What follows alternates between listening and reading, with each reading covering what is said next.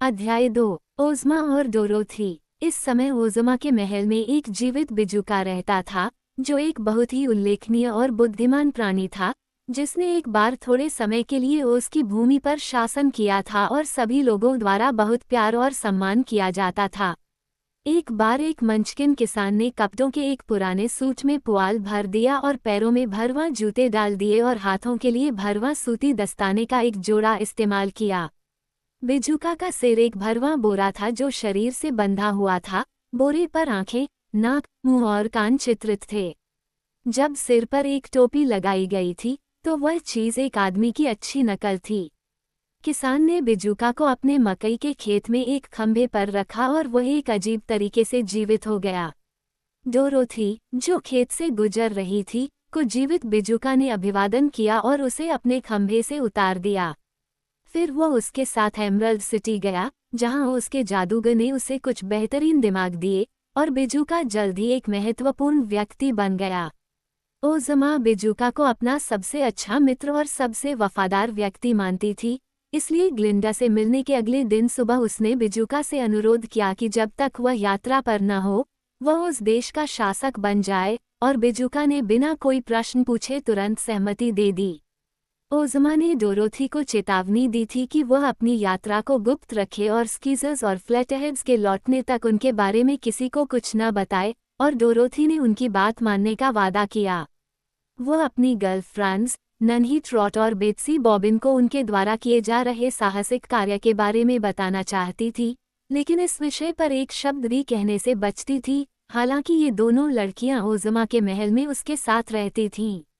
वास्तव में केवल जादूगरनी ग्लिंडा को ही पता था कि वे जा रहे हैं, जब तक कि वे चले नहीं गए, और जादूगरनी को भी नहीं पता था कि उनका काम क्या है।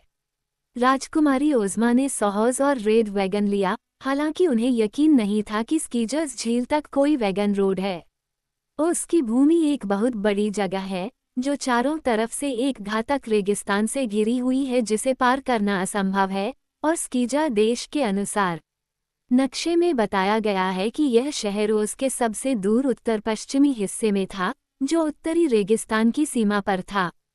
चूंकि एमरल्ड सिटी ओज़ के बिल्कुल बीच में था, इसलिए वहां से स्कीजर्स तक का सफर बहुत छोटा नहीं था।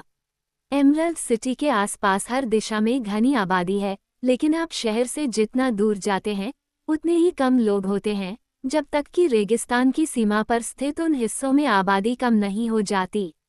इसके अलावा वे दूर के हिस्से ओज़ लोगों के लिए बहुत कम जाने जाते हैं, सिवाय दक्षिण के, जहां ग्लिंडा रहती है और जहां डोरोथी अक्सर खोजबीन के लिए यात्रा पर जाती रही है। सबसे कम ज्ञात गिलिकिन देश है, जो अपने पहाड़ों, घाटियों, जंगलों और नदियों के बीच कई अजीब लोगों के समूहों को आश्रय देता है, और ओज़मा अब गिलिकिन देश के सबसे दूर के हिस्से की ओर जा रहा था। मुझे बहुत खेद है, ओज़मा ने डोरोथी से कहा, जब वे लाल गाड़ी में सवार होकर जा रहे थे। मैं उस अद्भुत देश के बारे में अधिक नहीं जान पाया जिस पर मैं शासन करता हूँ। मेरा कर्तव्य है कि मैं उसके हर कबीले और हर अजीब और छिपे हुए देश से परिचित रहूं, लेकिन मैं अपने महल में एमरल्ड सिटी के पास रहने वालों के आराम के लिए कानून बनाने और योजना बनाने में इतना व्यस्त रहता हूं कि मुझे अक्सर लंबी यात्राएं करने का समय नहीं मिल पाता।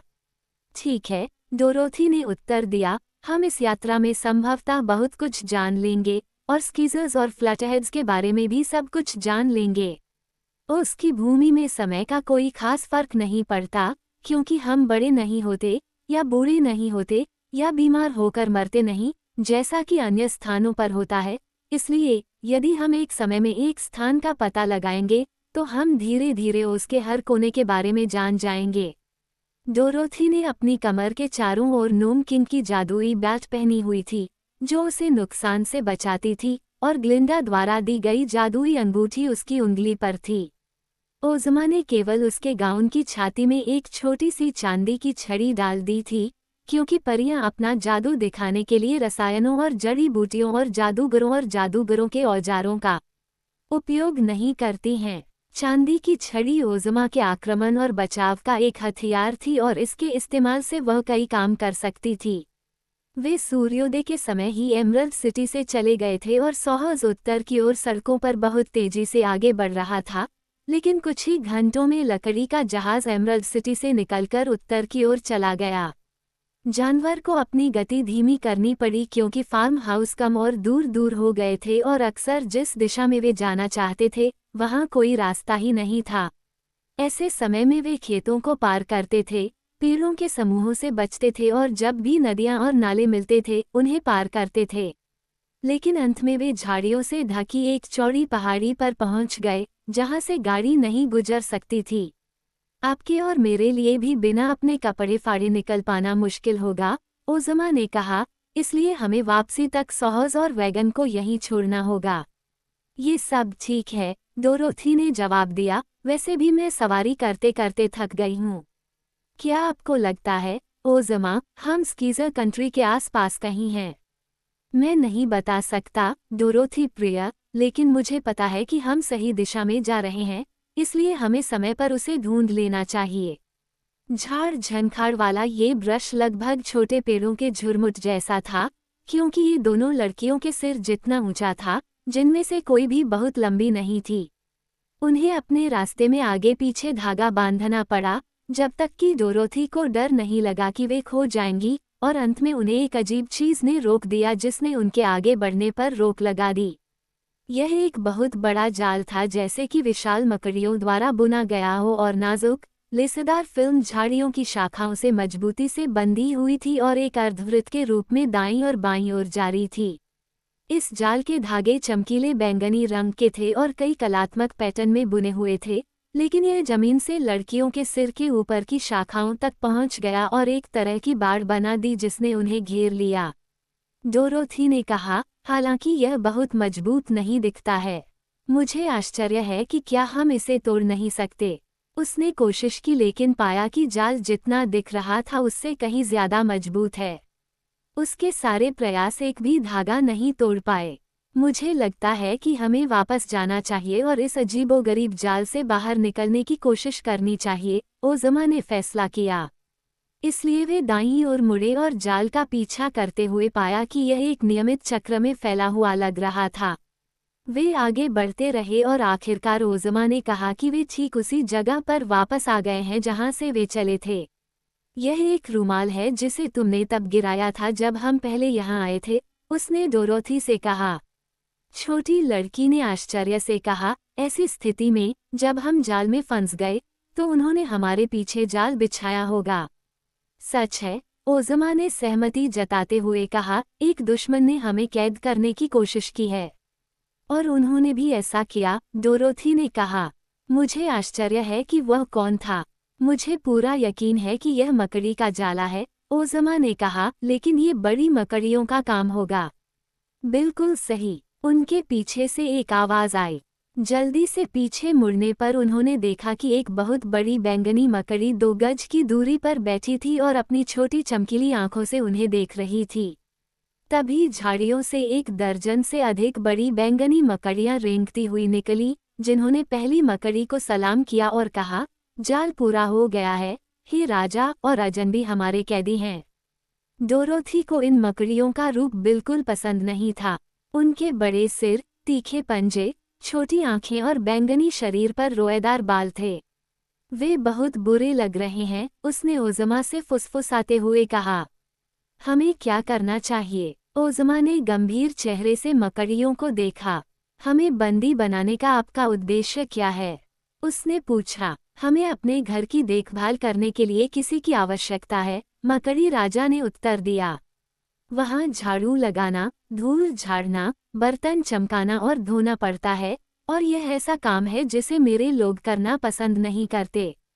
इसलिए हमने तय किया कि अगर कोई अजनबी हमारे रास्ते में आएगा तो हम उसे पकड़ लेंगे और अपना नौकर बना लेंगे। मैं राजकुमारी ओज़मा हूँ, पूरे उसकी शासक, लड़की ने गरिमा के साथ कहा। ठीक है, मैं सभी मकड़ियों का राजा हूँ, जवाब मिला, और इस कारण मैं तुम्हारा स्वामी हूँ। मेरे साथ मेरे महल में आओ और मैं तुम्हें तुम्हारे काम के बारे में निर्देश दूंगा। मैं ऐसा नहीं करूंगी, डोरोथी ने गुस्से से कहा। हमारा तुमसे कोई लेना देना नहीं है। हम इस बारे में देखेंगे, मकड़ी ने गंभीर स्वर में कहा, और अगले ही पल उसने डोरोथी पर सीधा हमला किया, अपने पैरों के पंजे खोले जैसे कि उसे पकड़ने और नुकीले पंजों से उसे काटने के लिए। लेकिन लड़की ने अपनी जादुई बैज पहन रखी थी और उसे कोई नुकसान नहीं पहुंचा। मकड़ी राजा उसे छू भी नहीं सका। वह तेजी से मुड़ा और ओज़मा पर झपटा, लेकिन उसने अपनी जादुई छड़ी उसके सिर के ऊपर रखी और राक्षस पीछे हट गया जैसे कि उसे मारा गया हो। बेहतर होगा कि आप हमें जाने दें, डोरोथी ने उसे सलाह दी, क्योंकि आप देख रहे हैं कि आप हमें नुकसान नहीं पहुंचा सकते। तो मैं समझ गया, मकड़ी राजा ने गुस्से से कहा। तुम्हारा जादू मुझसे ज्यादा है, लेकिन मैं तुम्हें भागने में मदद नहीं करूंगा। अगर तुम मेरे लोगों द्वारा बुने गए जादू के जाल को तोड़ सकते हो तो तुम जा सकते हो, अगर नहीं तो तुम्हें यहीं रहना होगा और भूखा रहना होगा। इसके साथ ही मकड़ी राजा ने एक अजीब सी सीटी बजाई और सभी मकड़ियां गायब हो गईं। मेरे परिलोक में जितना मैंने सोचा था, उससे कहीं ज्यादा जादू है, सुंदर ओज़मा ने अफसोस भरी सांस के साथ कहा। ऐसा लगता है कि मेरे नियमों का पालन नहीं किया गया है, क्योंकि ये राक्षसी मकड़ियां भी जादू के जरिए मेरी अवहेलना करती हैं। अब इसकी चिंता मत करो, डोरोथी ने कहा। चलो देखते हैं कि हम इस जाल से बाहर निकलने के लिए क्या कर सकते हैं। अब उन्होंने बड़े ध्यान से जाल की जांच की और उसकी मजबूती देखकर आश्चर्यचकित हो गए। हालांकि यह सबसे महीन रेशमी बालों से भी महीन था, लेकिन इसने उनके सभी प्रयासों का विरोध किया, भले ही दोनों लड़कियों ने अपना पूरा वजन उस पर डाला हो। हमें कोई ऐसा उपकरण ढूंढना होगा जो जाल के धागों को काट सके, ओज़मा ने आखिरकार कहा। चलो ऐसा कोई उपकरण ढूंढते हैं। इसलिए वे झाड़ियों के बीच भटकते रहे और आखिरकार एक उथले पानी के तालाब के पास पहुंचे, जो एक छोटे से बुदबुदाते झरने से बना था। डोरोथी पानी पीने के लिए झुकी और पानी में एक हरे रंग का केकड़ा देखा, जो लगभग उसके हाथ जितना बड़ा था। केकड़े के दो बड़े, तीखे पंजे थे, और जैसे ही डोरोथी ने उन्हें देखा, उसे लगा कि ये पंजे उन्हें बचा सकते हैं। पानी से बाहर आओ, उसने केकड़े को पुकारा, मैं तुमसे बात करना चाहती हूँ। केकड़ा आलस से पानी की सतह पर आया और एक पत्थर का टुकड़ा पकड़ लिया। अपना सिर पानी से ऊपर उठाकर उसने क्रोधित स्वर में कहा, आप क्या चाहते हैं? हम चाहते हैं कि तुम अपने पंजों से बैंगनी मकड़ियों के जाल को काट दो, ताकि हम उसमें से निकल सकें, डोरोथी ने जवाब दिया। तुम ऐसा कर सकते हो, है न? मुझे लगता है कि ऐसा ही है, केकड़े ने उत्तर दिया। लेकिन अगर मैं ऐसा करूं तो तुम मुझे क्या दोगे? तुम क्या चाहते हो? ओज़मा ने पूछा। मैं हरे के बजाय सफ़ेद होना चाहता हूँ, केकड़े ने कहा। हरे केकड़े बहुत आम हैं, और सफ़ेद केकड़े दुर्लभ हैं। इसके अलावा बैंगनी मकड़ियाँ, जो इस पहाड़ी पर रहती हैं, सफ़ेद केकड़ों से डरती हैं। क्या आप मुझे सफ़ेद बना सकते हैं अगर मैं आपके लिए जाला काटने के लिए राज़ी हो जाऊं? हाँ, ओज़मा ने कहा, मैं यह आसानी से कर सकती हूँ। और ताकि तुम जान सको कि मैं सच बोल रही हूँ, मैं अभी तुम्हारा रंग बदल दूंगी। उसने अपनी चांदी की छड़ी को पूल के ऊपर लहराया और केकड़ा तुरंत बर्फ की तरह सफ़ेद हो गया, सिर्फ उसकी आंखें, जो काली ही रहीं। जीव ने पानी में अपना प्रतिबिंब देखा और इतना खुश हुआ कि वह तुरंत पूल से बाहर निकल आया और धीरे धीरे पूल से पीछे हटकर जाल की ओर बढ़ने लगा। वह इतनी धीमी गति से आगे बढ़ा कि डोरोथी अधीरता से चिल्ला उठी, यार, ये कभी नहीं होगा। केकड़े को अपने हाथों में थामे वह उसके साथ जाल की ओर भागी। उसे तब भी उसे थामे रखना पड़ा, ताकि वह अपने पंजों से फिल्मी बैंगनी जाल के एक के बाद एक तार तक पहुंच सके, जिसे वह एक झटके में काट सकता था। जब जाल को इतना काट दिया गया कि वे निकल सके, तो डोरोथी वापस पूल की ओर भागी और सफ़ेद केकड़े को पानी में डाल दिया, जिसके बाद वह फिर से ओज़मा के पास आ गई। वे जाले से बचकर भागने में सफल रहीं, क्योंकि कई बैंगनी मकड़ियां अब वहां गई थीं, क्योंकि उन्हें पता चल गया था कि उनका जाला कट गया है, और यदि लड़कियां जाले से भागकर बाहर नहीं निकलती तो मकड़ियां जल्दी से जाले के कटे हुए हिस्से को ठीक कर देती और उन्हें फिर से कैद कर लेती।